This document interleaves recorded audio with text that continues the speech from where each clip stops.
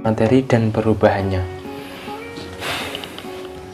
Zat atau materi adalah segala sesuatu yang memiliki massa dan menempati ruang. Contoh zat atau materi adalah kayu, batu, air, dan masih banyak contoh materi yang lainnya. Dalam video ini, kakak akan membahas secara singkat tentang klasifikasi materi dan perubahannya yang terdiri dari cara mengklasifikasikan materi, cara memisahkan campuran, dan benda-benda yang dapat mengalami perubahan.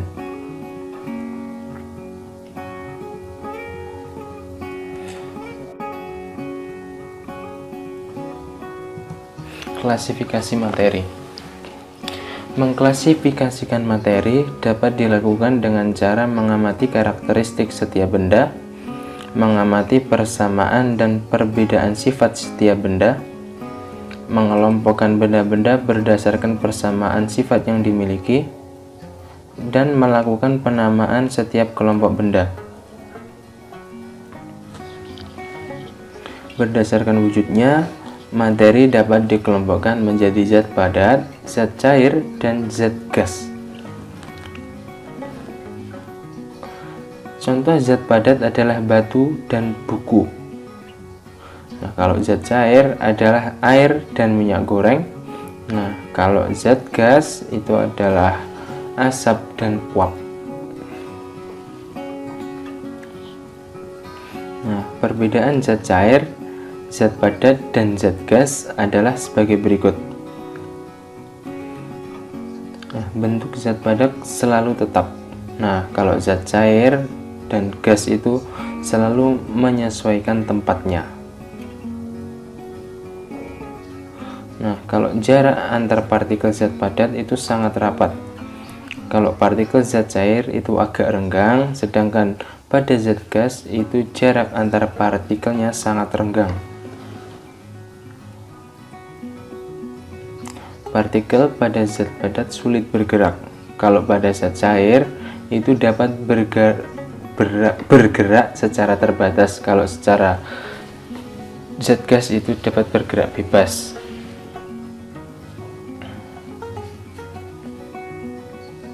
Unsur, senyawa, dan campuran. Nah, ilmuwan menggolongkan materi berdasarkan komposisi dan sifatnya. Berdasarkan komposisinya, materi yang ada di alam dapat diklasifikasikan menjadi zat tunggal dan campuran. Nah, perhatikan diagram berikut ini. Materi dapat dikelompokkan menjadi zat tunggal dan juga campuran. Zat tunggal dapat dikelompokkan menjadi unsur dan senyawa.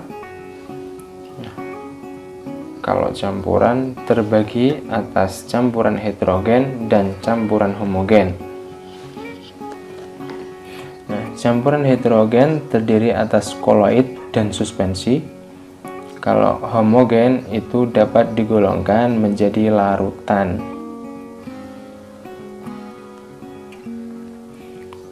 Unsur merupakan zat tunggal yang tidak dapat diuraikan lagi menjadi zat yang lebih sederhana dengan proses kimia biasa. Sebagai contoh adalah besi yang dilambangkan dengan Fe, emas yang dilambangkan dengan Au, dan perak yang dilambangkan dengan Ag. Dan masih banyak contoh unsur lainnya. Nah, dalam sistem periodik, unsur-unsur dikelompokkan dengan tanda warna, baris, dan kolom.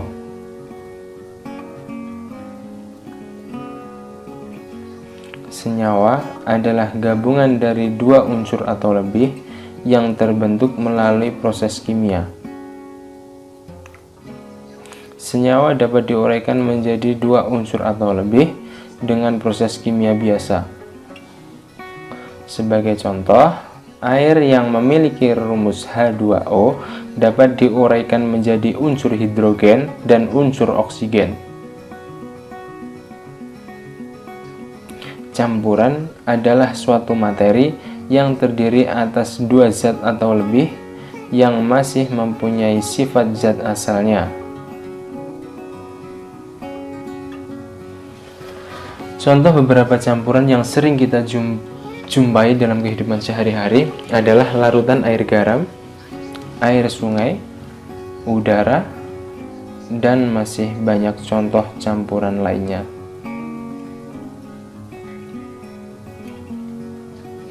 Campuran dapat dibedakan menjadi campuran homogen dan campuran heterogen.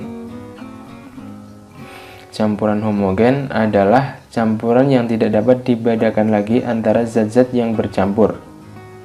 Sebagai contoh adalah campuran air dan gula. Nah, kalau campuran heterogen adalah campuran yang masih dapat dibedakan antara zat-zat yang bercampur. Sebagai contoh, campuran heterogen adalah campuran air dan minyak.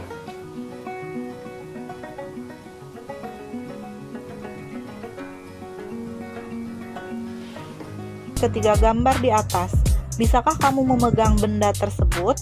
Apakah ketiga benda memiliki struktur sama saat dipegang? Jika berbeda, apa perbedaan ketiganya? Nah, untuk menjawab pertanyaan tersebut, mari kita pelajari materi berikut ini. Setelah melakukan pembelajaran ini, kamu diharapkan dapat menggolongkan karakteristik materi dan perubahannya, serta melakukan pengamatan terhadap berbagai materi dalam bentuk padat, cair, dan gas. Materi adalah sesuatu yang mempunyai massa dan menempati ruang. Materi berdasarkan wujudnya dikelompokkan atas 3 jenis, yaitu 1. Zat padat dengan ciri, bentuk, dan volume selalu tetap, jarak partikel sangat berdekatan, dan partikel zat tidak dapat bergerak bebas. Itulah sebabnya kenapa zat padat keras dan sulit untuk dipisahkan. Zat yang kedua yaitu zat cair dengan ciri, bentuk berubah sesuai wadahnya, dan volume selalu tetap. Jarak partikel berdekatan tetapi renggang, partikel zat dapat bergerak bebas namun terbatas. Zat yang ketiga yaitu zat gas. Memiliki ciri, bentuk, dan volume berubah sesuai dengan wadahnya, jarak partikel sangat berjauhan, serta partikel zat bergerak dengan sangat bebas. Berikut ini adalah contoh zat pada kehidupan sehari-hari. Batu yang merupakan zat padat, air yang merupakan zat cair, dan angin yang merupakan gas. Dan masih banyak contoh lainnya. Zat juga bisa mengalami perubahan wujud. Berikut adalah perubahan wujud zat dari gas menuju cair disebut dengan mengembun. Cair menuju padat disebut membeku, padat menuju gas disebut menyublim. Sebaliknya, gas menuju padat disebut mengkristal, padat menuju cair disebut mencair, dan cair menuju gas disebut menguap.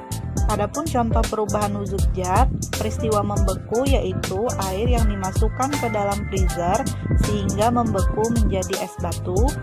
Mencair yaitu peristiwa lilin yang dibakar akan meleleh dan mencair. Menguap yaitu air yang dipanaskan terus-menerus akan menjadi gas. Contoh dari mengembun yaitu udara di malam hari melepaskan panas menjadi embun pagi. Menyublim yaitu peristiwa kapur barus yang disimpan pada lemari